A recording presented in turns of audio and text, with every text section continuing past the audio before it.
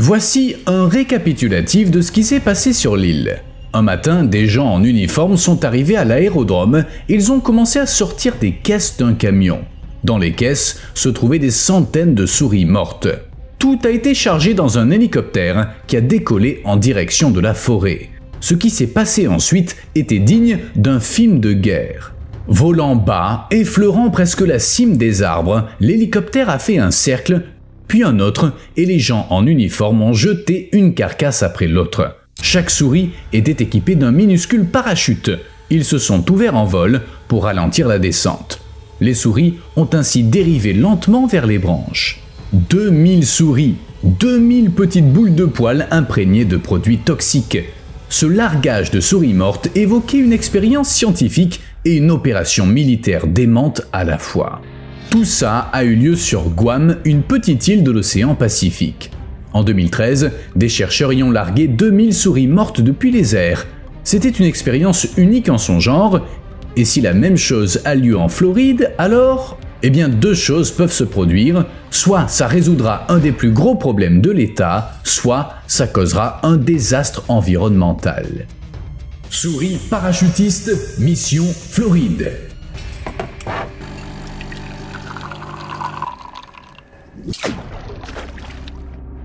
Voici un rappel discret de faire un petit quelque chose sous la vidéo. Alors, qu'est-ce qui s'est passé à Guam? Pendant 3 ans, le département de l'agriculture et le département de la défense des États-Unis ont travaillé sur une stratégie tout droit sortie d'un film de science-fiction, larguer des souris mortes dotées de petits parachutes. Guam a servi de terrain d'essai dans la lutte contre les espèces invasives. La cible de l'opération était le serpent brun arboricole. Ce serpent vit en Australie, en Papouasie-Nouvelle-Guinée et sur les îles Salomon, mais après la Seconde Guerre mondiale, il a atteint Guam via des navires militaires. Son venin n'est pas mortel pour les humains, mais pour l'écosystème de l'île, les conséquences ont été désastreuses. Ces serpents ont anéanti presque tous les oiseaux locaux. 10 espèces sur 12 ont disparu en quelques années. Et une fois les oiseaux disparus, des araignées ont envahi l'île. Leur nombre était 40 fois plus élevé que dans les zones voisines. Sans parler d'autres problèmes, les serpents mesurant jusqu'à 3 mètres ont appris à grimper aux poteaux électriques, causant des pannes. Les chercheurs estiment que 3 millions d'entre eux vivent sur l'île. Par endroit, il y a 5000 serpents par kilomètre carré. Une menace pour la faune, mais aussi pour l'industrie touristique, qui fait vivre 160 000 résidents de Guam. Des chercheurs américains ont décidé d'exploiter les faiblesses des serpents bruns, dont l'une s'est révélée être leur appétit. Ces serpents mangent tout ce qu'ils trouvent, et tant pis si la proie est déjà morte. Or, ils sont vulnérables au paracétamol, un analgésique courant vendu aux États-Unis sous le nom de Tylenol. Sans danger pour les humains, il est toxique pour les serpents bruns. C'est pourquoi les souris mortes en étaient imprégnées. En fait, des tentatives pour arrêter l'invasion avaient déjà eu lieu, pose de pièges et inspecteurs envoyés à la recherche des serpents. Mais ces mesures n'avaient fait que ralentir leur progression sans résoudre le problème. C'est pourquoi on a décidé de lancer une attaque aérienne d'ampleur à base de rongeurs dans le cadre d'un programme de 6,8 millions d'euros.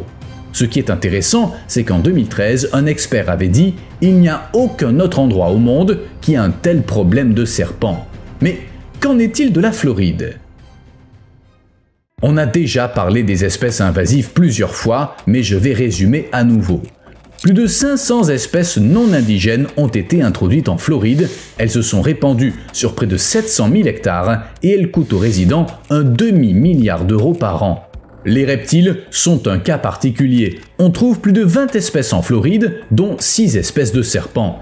Pythons et anacondas servent d'animaux de compagnie exotiques. Mais en Floride, ils ont fait plus que survivre. Le climat subtropical chaud leur convient aussi bien que celui de leur habitat d'origine. Sans prédateurs et profitant de l'abondance de proies, les serpents ont établi des populations autosuffisantes et repoussé les espèces indigènes. Tout ce que les envahisseurs mangent disparaît lentement. Il y a un autre problème. Les serpents invasifs ont apporté avec eux un parasite mortel. R. orientalis ressemble à un ver, mais il est apparenté aux crustacés.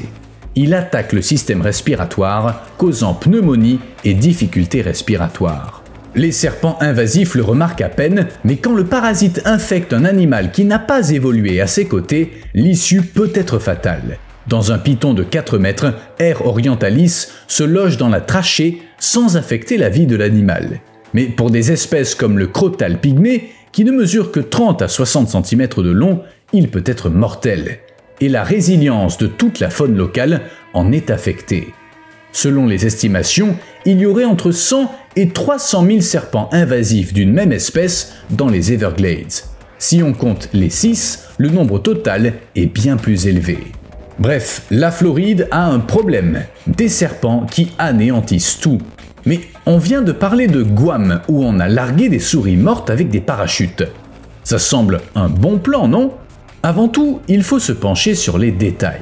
Et se rappeler une chose importante, sur Guam, c'était des souris mortes qui étaient larguées depuis les airs. Ça les rendait plus faciles à transporter et c'était plus humain que de jeter des animaux vivants. Et puis, autre problème, comment injecter une dose de poison dans une souris vivante? C'est pas un problème avec des souris mortes. À première vue, la méthode devrait fonctionner aussi bien en Floride. Boas et pythons se régalent de souris et de rats, surtout quand ils sont jeunes. Bien sûr, un python adulte de 4 mètres préfère trouver un raton laveur ou un opossum, mais ça devrait tout de même permettre d'affecter la population. Ça semble prometteur.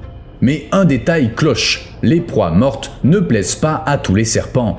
Dans la nature, un serpent perçoit la nourriture comme quelque chose qui court, qui est chaud, vivant, et pour déclencher une attaque, il a besoin de signaux visuels, chimiques et thermiques. Beaucoup d'espèces disposent d'organes qui captent le rayonnement infrarouge. En gros, ils voient la chaleur. Les crotales sont très doués pour ça, ils peuvent frapper leur cible même dans l'obscurité totale, guidés uniquement par les différences de température. Ces capteurs ne sont pas que des détecteurs de proie, mais aussi un système d'alerte contre les prédateurs.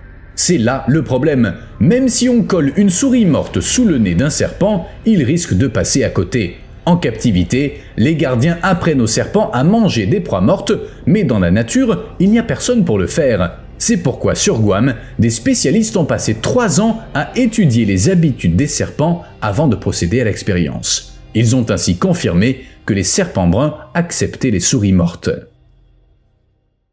Mais qu'en est-il des serpents de Floride? En laboratoire, les pythons birmans n'avaient aucun problème à manger des rats, lapins, poulets, ratons laveurs et iguanes. Tous morts. Mais il s'agissait de pythons élevés en captivité, familiers d'un tel régime. Dans la nature, tout ça aurait pu tourner à la farce. Des milliers de souris en parachute atterrissant dans les arbres et au sol, tandis que les pythons rampent à côté d'elles sans s'en soucier. De plus, les conditions locales sont très différentes. Guam est une petite île du Pacifique Nord et un territoire américain. Elle se trouve à 9500 km de San Francisco et 2500 km de Manille. En gros, c'est un morceau de roche volcanique qui est remonté à la surface autrefois. Au début, Guam ressemblait à un atoll marécageux jusqu'à ce que de lents changements donnent naissance à son paysage actuel. Bref, une histoire ordinaire. Comme c'est souvent le cas avec les îles isolées, la vie est arrivée là par accident. Des oiseaux y ont volé depuis des terres voisines, des insectes y ont été portés par le vent et des tempêtes y ont transporté des graines. Plantes et petits animaux se sont installés sur Guam de la même façon que sur d'autres îles océaniques, par hasard. Mais il n'y avait pas de serpent, je veux dire pas un seul. C'est pourquoi l'arrivée du serpent brun a été un tel désastre. Les serpents bruns passent la plupart du jour dans les arbres, chassant les oiseaux, leurs œufs et les petits mammifères. Les oiseaux locaux ont évolué en l'absence de serpents et ils n'ont développé aucun moyen de défense. L'issue était prévisible, une hécatombe d'oiseaux. Pour vous donner une idée, avant l'invasion, l'île comportait 12 espèces d'oiseaux forestiers. Aujourd'hui, 10 d'entre elles ont disparu et les 2 espèces restantes sont sur le fil du rasoir. Il reste moins de 200 individus. Alors quand les États-Unis ont lancé leur programme de largage de souris mortes, les chercheurs en étaient certains, une seule espèce allait dévorer les appâts, le serpent invasif. Le poison était dosé pour ne tuer que lui. À Guam, l'opération ne présentait aucun risque. Mais en Floride, c'est une autre histoire. Il y a 44 espèces de serpents indigènes dans l'État qui occupent toutes sortes d'habitats, des mangroves et des marais salants aux marécages et hautes terres sèches. Beaucoup vivent même à proximité des humains. Les serpents de Floride ne sont pas des ennemis, ils font partie du système.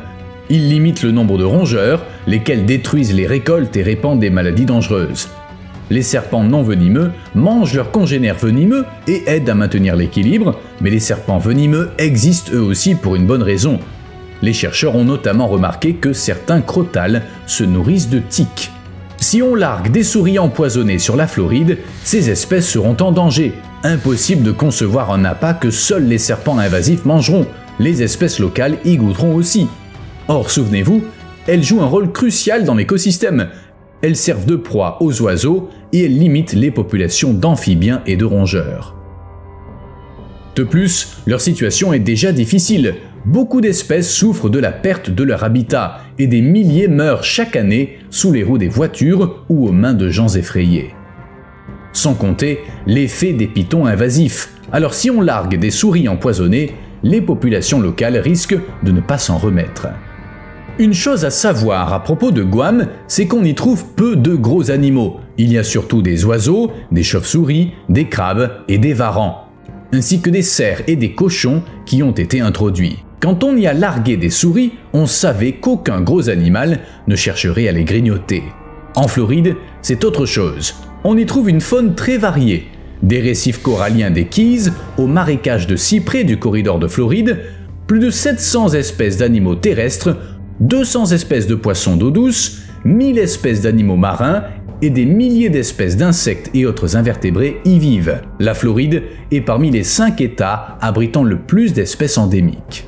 Et parmi ces centaines d'espèces, il y a de nombreux prédateurs et charognards amateurs de souris mortes. Renards, opossums, ours, coyotes, lynx, pumas, tous pourraient s'en régaler.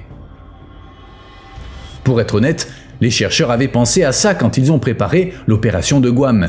En fait, les serpents possèdent une sensibilité unique au paracétamol, un analgésique en vente libre.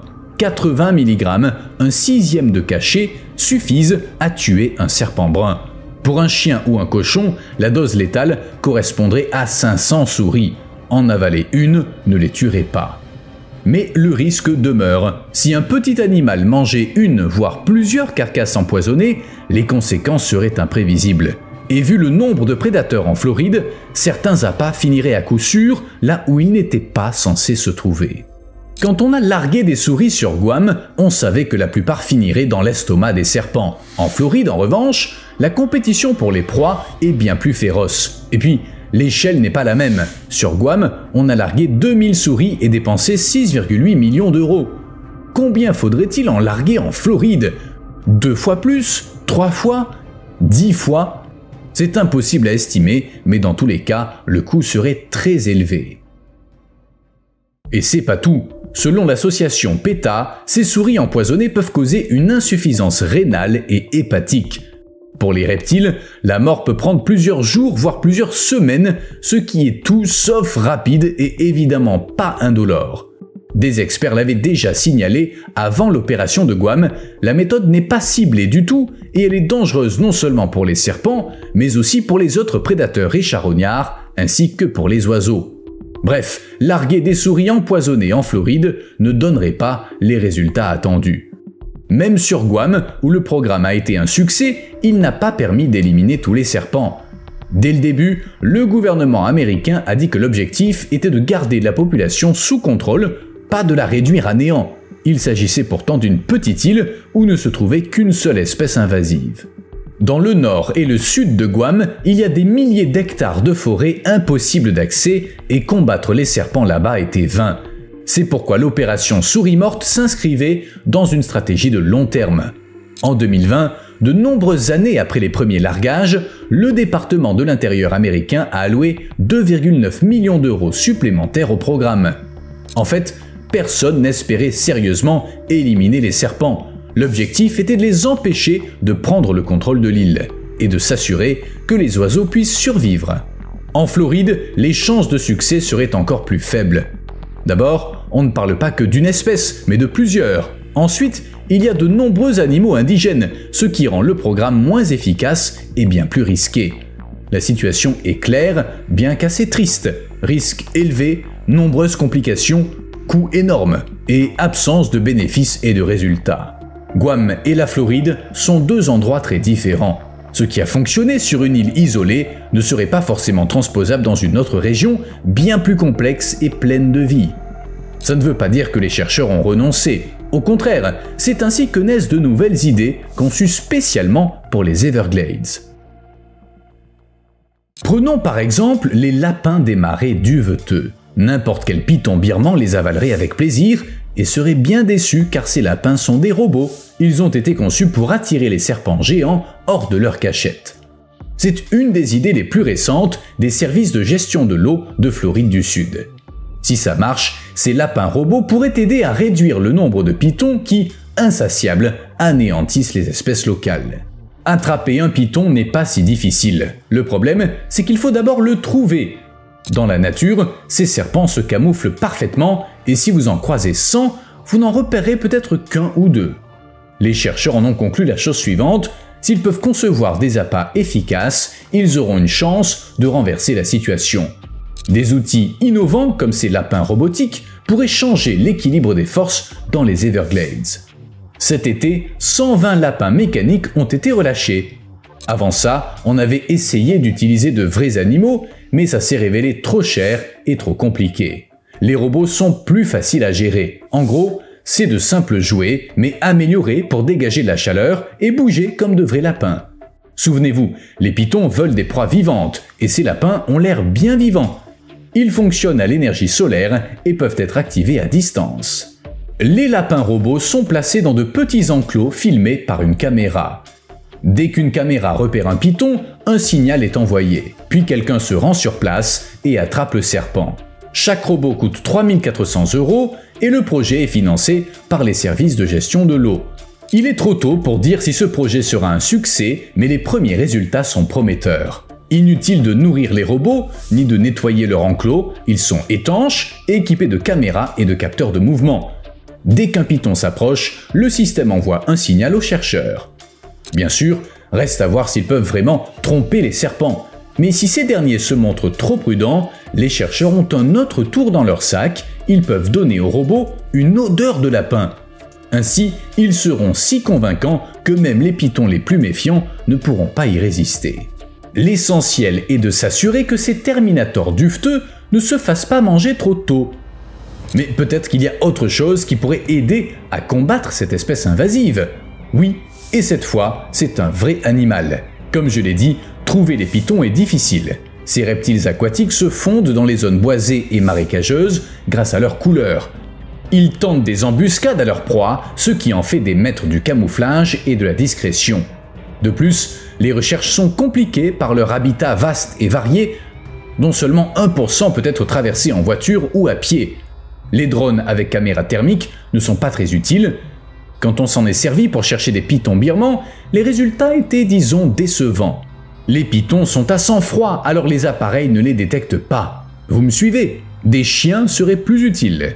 Ils sont faciles à dresser et on apprend déjà à des chiens à traquer d'autres animaux.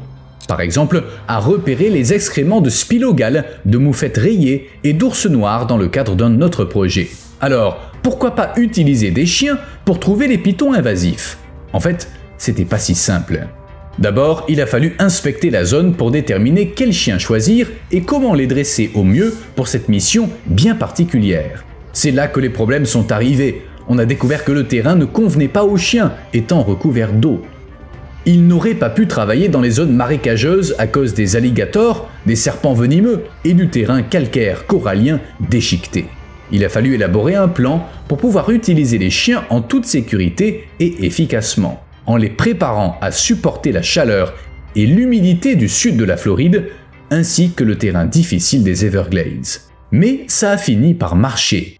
Des études ont montré que les chiens s'en sortaient mieux que les humains pour repérer les pythons dans les zones étudiées. Voici un de ces chiens. La Commission de conservation de la faune et de la flore de Floride a dressé Truman, un labrador noir, ainsi qu'une chienne appelée Eleanor, à détecter les pythons à l'odeur et à avertir leur maître quand des serpents sont à proximité. Ils ont fait leur preuve en 2020 quand Truman a repéré un python birman de 2,40 m dans la réserve de chasse des Rocky Glades dans le comté de Miami-Dade. Pour dresser les animaux, les dresseurs utilisent des serviettes qui sentent le python, ainsi que des pythons vivants équipés de trackers pour entraîner les chiens à reconnaître l'odeur. Ainsi, ces chiens ont été entraînés pendant plus d'1 mois avant d'être lâchés dans la nature. Quand un python est repéré, le chien et le maître reculent, dégageant la voie pour les biologistes afin qu'ils puissent localiser précisément le serpent et l'attraper en toute sécurité. Ces chiens ont aussi appris à ignorer les distractions pendant qu'ils travaillent dehors, comme la présence d'autres animaux. De plus, ils sont très endurants pour être plus efficaces sur le terrain. Dans le cadre du programme, Truman et Eleanor sortent 5 jours par semaine avec un instructeur et un biologiste pour chercher des pythons dans tout le sud de la Floride. On ne peut que leur souhaiter bonne chance. Mais les robots et les chiens ne sont qu'un rouage de la machine. En Floride, il est permis depuis plusieurs années de tuer les pythons toute l'année sur les terres privées et les zones contrôlées par la Commission de conservation de la faune. Il existe même un concours de chasse aux pythons annuel. Les participants reçoivent des primes pour le plus grand nombre de serpents attrapés, le plus long individu, etc. Ça permet d'impliquer les gens dans la lutte et d'éliminer un peu plus d'envahisseurs. Mais pour venir à bout de ces serpents en Floride, on ne se contente pas des humains, de la technologie et des concours, on emploie aussi des chiens. Et parfois, contre les serpents, on relâche même d'autres serpents. Au printemps, des dizaines de serpents indigos ont été relâchés dans le corridor de Floride. Les biologistes l'ont bien expliqué, c'est pas une nouvelle espèce, mais un prédateur local réintroduit pour éliminer les espèces invasives et restaurer l'écosystème. 42 individus ont été relâchés dans le nord de la Floride, tous élevés dans le centre d'herpétologie d'Oriane du comté de Lake. C'est déjà la 9e année d'existence du programme et c'était le plus grand lâché à ce jour.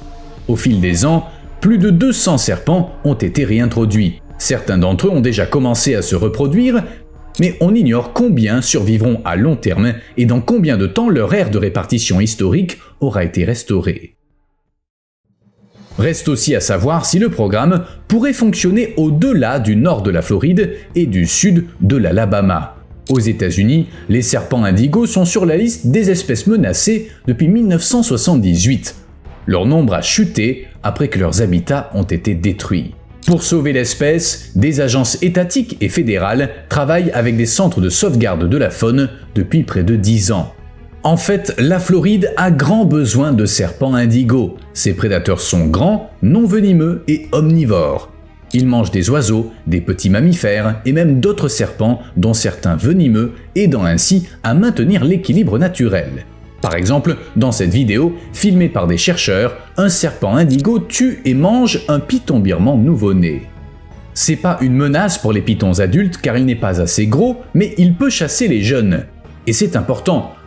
En éliminant les bébés, les serpents indigos aident à limiter la population de prédateurs invasifs. Qui dit moins de jeunes, dit moins d'adultes.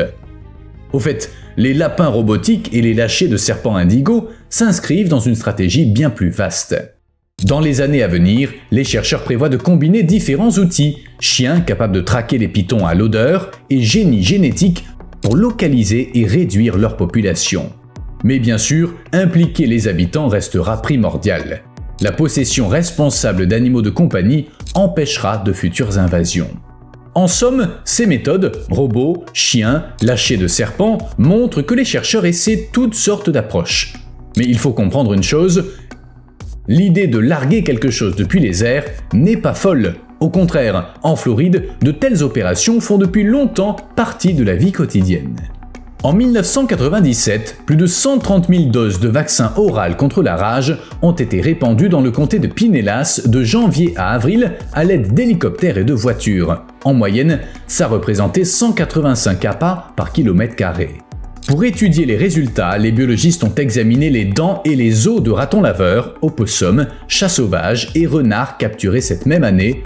Un biomarqueur, la tétracycline, montrait qui avait mangé l'appât. Et cette pratique demeure d'actualité. En 2024, les services de santé animale et végétale du département de l'agriculture américain ont annoncé qu'ils allaient distribuer des appâts remplis de vaccins Raboral VRG chaque année. Leur objectif ? Prévenir la propagation de la rage par les ratons laveurs en Amérique centrale. La méthode est éprouvée, Dans les zones rurales, les appâts sont largués depuis des avions, en banlieue, on utilise des hélicoptères, et dans les villes, on les dépose à la main ou depuis des véhicules. Pour s'assurer que les animaux ne les ignorent pas, ils sont recouverts d'un mélange parfumé. Tout y passe, graisse végétale, cire, sucre en poudre, huile, colorant vert et même guimauve. Pour les animaux sauvages, c'est tentant, mais pour les gens et les animaux de compagnie, c'est sans danger. Impossible d'attraper la rage avec. La plupart des doses sont ainsi dévorées en moins de 4 jours et il ne reste rien après une semaine. Bref, la méthode est simple et a été perfectionnée au fil des ans. Dans certains États, on fait ça depuis des dizaines d'années. En 2024, par exemple, on a fêté les 30 ans du programme de vaccination contre la rage au Texas. Là-bas, on utilise 4 avions et un hélicoptère qui font de 8 à 16 sorties par jour à une altitude de 150 à 300 mètres. Ils larguent des appâts tous les 800 mètres et en une seule saison, le Texas répand ainsi plus de 800 000 doses, pour une densité de 25 à 27 appâts par kilomètre carré. Cette expérience le montre bien, larguer quelque chose depuis les airs est efficace, du moment qu'il s'agit d'une protection et pas d'une menace pour l'écosystème.